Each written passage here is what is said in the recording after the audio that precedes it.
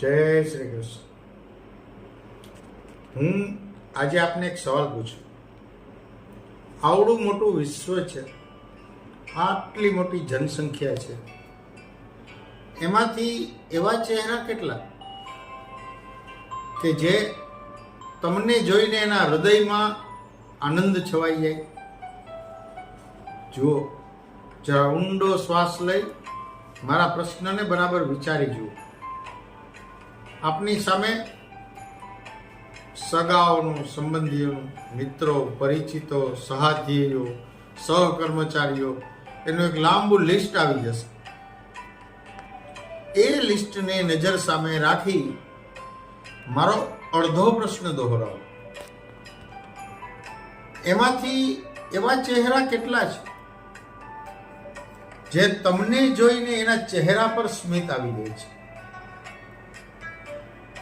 ફરીથી એ list refresh થઈ એક નવું લિસ્ટ આપની સામે આવી જશે. એ લિસ્ટ નજર સામે રાખી મારો પૂરો ક્વેશ્ચન દોહરાવો.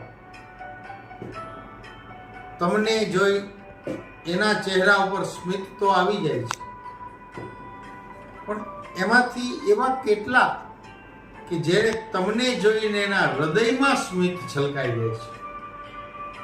શું થયું? સન્નાટો છવાઈ ગયો? ગંભીરતા આવી ગઈ?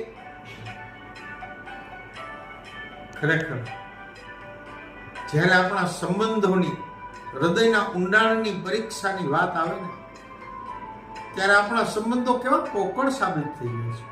આપણા સંબંધોએ એક મુખોટો પહેરી લીધો હોય એવું લાગે છે, અને એ મુખોટામાં આપણે એટલી હદે ભણાઈ ગયા છીએ કે પ્રેમની, વ્યવહારની, આત્મીયતાની, ભાવનાનું નાટક કરતા કરતા ક્યારે આપણે સાચો પ્રેમ, સાચી ભાવના, સાચી વ્યથા એ બધું ભૂલી ગયા ને એ પણ યાદ નથી.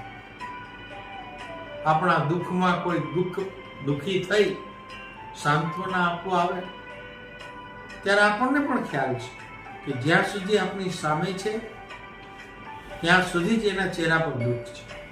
નજરથી ઓઝલ થયા બાત ખલાસ. એમને પણ ખબર છે કે છેતરામણું દુઃખ ચહેરા પર લઈને આવ્યો છે. અરે દુઃખની વાત છોડો, આપણે તો કોઈની ખુશીમાં પણ હૃદયથી ખુશ નથી થઈ શકતા. માત્ર દેખાડો છે. ક્યાં સુધી આવો અંચડો ઓઢીને ફરશું? શું પામશું? એકબીજાની છેતરવાની કળા પર ફિદા થઈ જતા રમકડા બની ગયા છે. આ સમયે મને બે કડી યાદ આવે છે.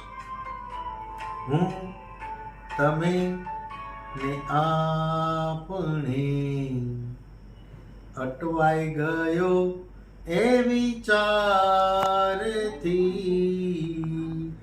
જન્મે કર્મે કે સ્વભાવથી, કે મળ્યા ભલે પુરુષાર્થથી, શું છીએ આપણે? મુંજાઈ ગયો એ વિચારથી, મતલબ કપટ સ્નેહ કે મળ્યા ભલે અભિશાપથી, હું, તમે ને આપણે. અટવાઈ ગયો એ વિચારથી. વાત નિત પ્રકાશી.